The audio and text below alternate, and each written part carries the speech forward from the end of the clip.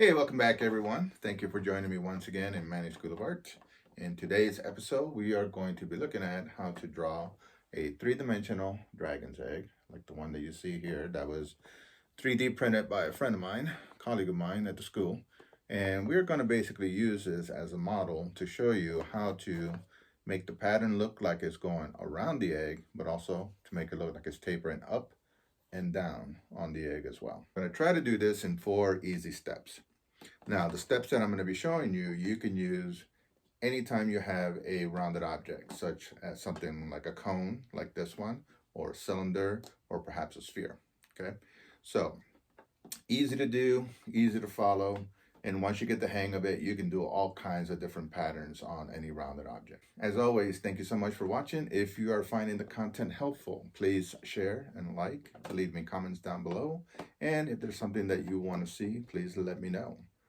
If you're not a subscriber, please consider subscribing to the channel. All right, let's go ahead and get started. All right, so before we actually start drawing this thing, let's take a quick look at it. And this is what we're going to try to capture. When we look at the scales and they're going around the egg in this direction, we notice that they are parallel to each other. But when the scales are going upwards like this, they're tapering up and they're tapering down. And the widest part of the egg is actually right about here, which is just below center. And that's where we're actually going to get started. Okay, so we're not going to use this exact pattern. We're going to use something similar, but I want to show you more or less how to create the effect so that it goes around the egg and it's also tapering up and tapering down. All right, let's go ahead and get started with these steps. You'll find that if you follow these steps, that drawing the scales around this egg is actually not that hard. So the first one says, draw your cross contours in pencil. Make sure that they wrap around the egg.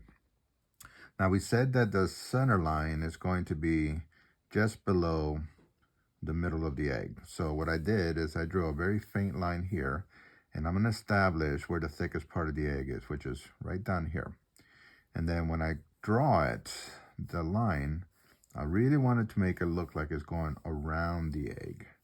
So I don't want to do this. I don't want to draw a straight line. It's got to curl.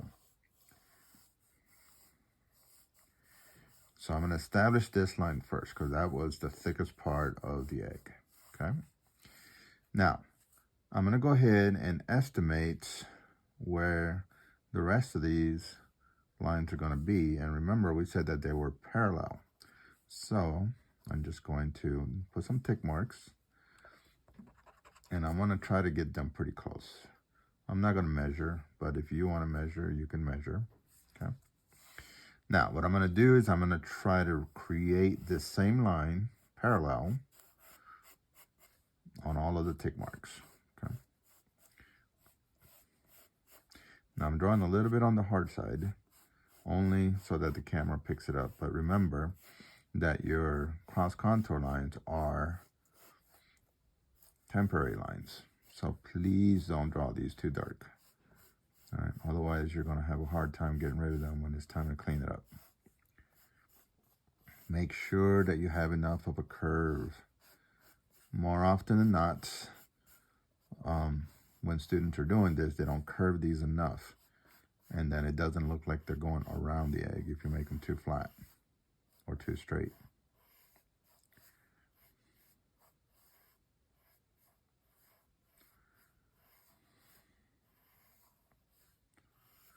Okay. So those are the horizontal ones. Now we got to do the vertical ones. For the vertical ones, anything that's on the left of center is going to curl this way to the left, and anything to the right of center is going to curl to the right. So once again, I'm going to use my center line here to figure things out as far as how far do I want them to be. And the widest part was here. So I'm going to put a tick mark here. I'm going to estimate how far that is, and I'm going to put that there. Okay. Now, keep in mind that this center line, the straight line here, is not part of the design. That's just a reference point. Now, the big thing is this. You're going to go from the top here. It's going to curl. And then when you get here, don't go straight down or don't go directly to this point here. If you do, it's going to look like a football. So what you want to do is you want to get it here and then curl it under Don't go directly to it. Curl it. Okay? Do the same thing for this side. So curl it under the egg and curl it up towards this centerpiece up here.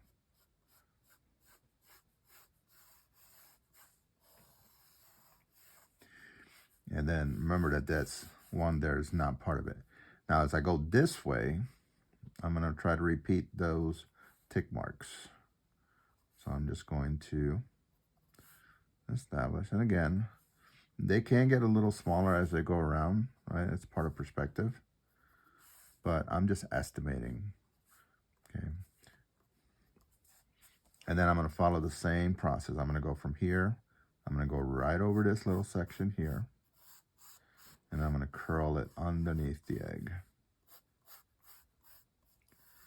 And I'm going to do the same thing on the right. So I'm going to go ahead and speed through this. And then I'll show you how to use this grid. Because really, that's all we're doing. Is we are making a three-dimensional grid on top of this egg that we're going to use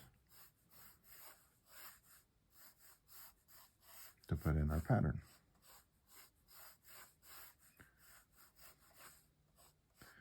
So I was going to speed through it, but I'm done, so.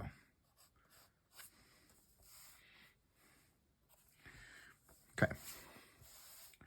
So I'm just going to smooth these out a little bit so that they're easier to find, because we are going to be using these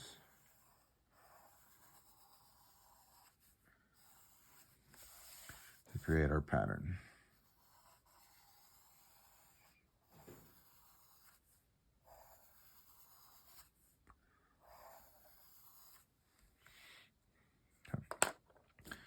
Now I'm going to get rid of the center line here because that was just a temporary thing to help me with my measuring, and I don't want to be confused.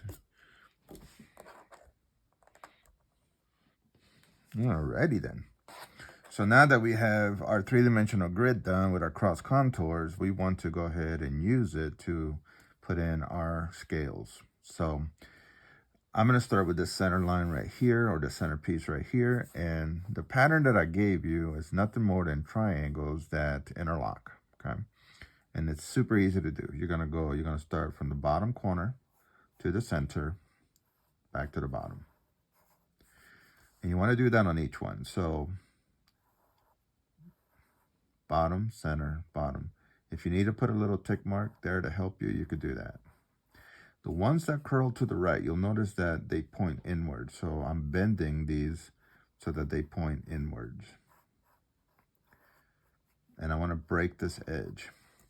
The ones that are going around to the left, same thing. They're going to bend, but they're going to bend slightly to the left, right? To really emphasize our pattern. Remember that when you are drawing in 3D, anything that you add to your drawing needs to be in 3D as well. That's the patterns, the colors, the shading, okay? Now, once you have your first row done, skip the second row and move to this one here and repeat, okay? So if you need the tick marks, use them. And again, I'm not using rulers and I'm not measuring, I'm estimating. Make sure you break this edge, right? Because we want to make sure that the pattern feels like it's going to continue around the egg.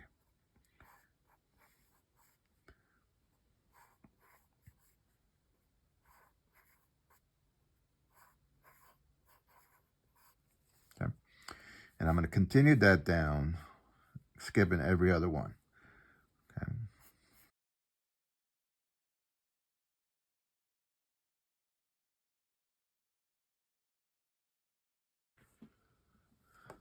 Once you have every other row done, then you're going to use that. And what you're going to do in order to interlock them is you're going to go from the top of this one to the bottom of these two to the top of this one. Same thing. Top, bottom, top. Top, bottom, top. Top, bottom, top. Break the edge. On this side, same thing, but it tends to lean to the left. So it's top of this one, bottom of this one, top of this one. Top, bottom, top, top, bottom, top. Break the edge. Okay. And repeat that until the entire pattern is complete.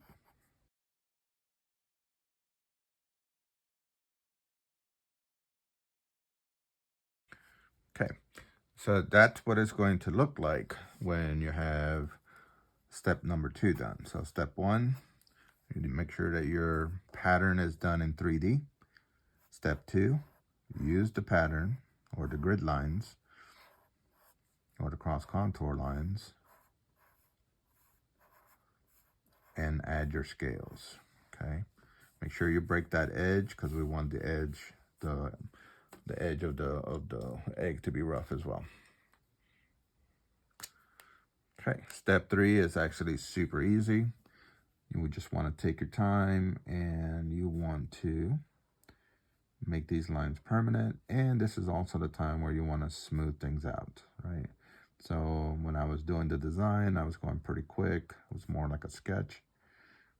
But now we want to kind of like take our time and smooth everything out really nice.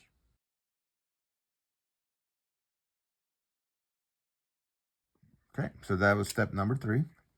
Next thing you want to do is you want to make sure that you do a rub out, and that all that is just going over the entire thing with an eraser to get rid of all of your cross contour lines and any straight pencil lines that you might still be showing when you were sketching.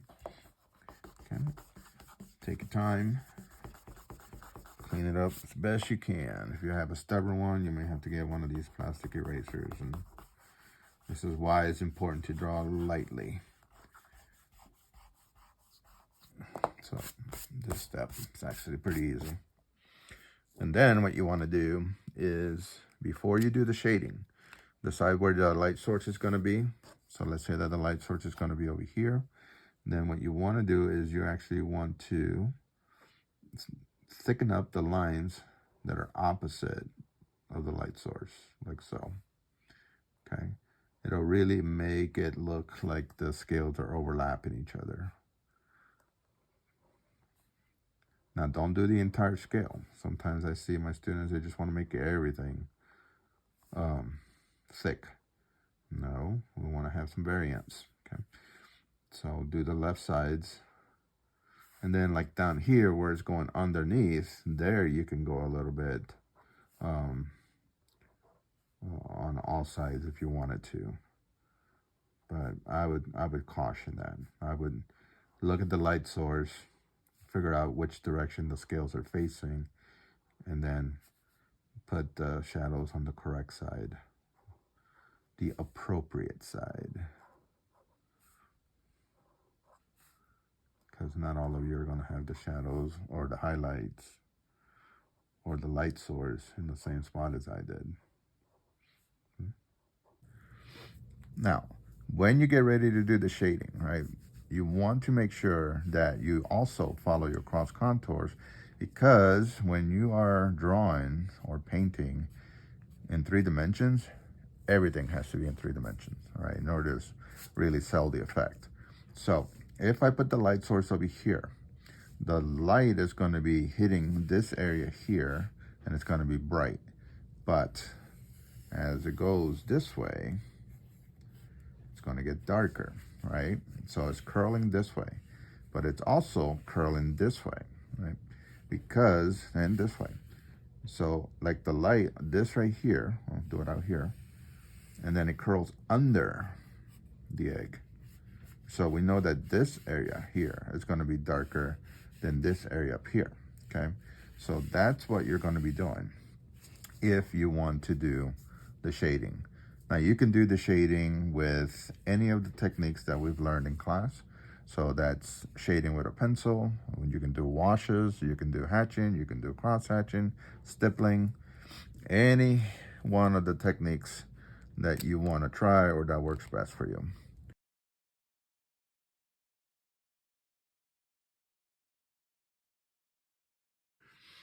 All right, so to do a recap, remember that the objective of this was to try to create a three-dimensional pattern that's going around the egg, okay? Remember that the best way to do that is to establish your cross contour lines first. The thickest part of the egg was right below center, right about here, so I established that first. And then anything to the left of center going up and down curls this way to the left, and anything to the right of center curls to the right, okay? So step 2, make sure that you use the grid, okay? You took the time to establish the grid. Now you got to make sure that you follow it. If you follow it, then the scales will fall into place very, very nicely, okay? Step 3, when you start doing your ink work, make sure that you're only going over the scales. You don't want to go over your cross contour lines because that will ruin the effect. Basically, cross contour lines are supposed to be temporary guidelines. And then step 4, make sure that everything is nice and dry before you do the rub out, okay? If you are planning on doing the shading, remember that you have to shade it in 3D as well. So make sure that you follow the cross contour lines to help you establish where the brightest area is going to be, the angle of that bright area, where the deepest shadows are going to be, your core shadows, and then make sure that they're curving, right? That's it. I didn't do the nest. It's not really important for this. I just really wanted to show you how to do the egg. Okay. Now you can use these techniques for any type of cylindrical objects. You can use them for any spherical object or any conical objects. Okay. So use this technique, especially if you are trying to create three-dimensional drawings that involve patterns or textures, and it will help you out tremendously. All right.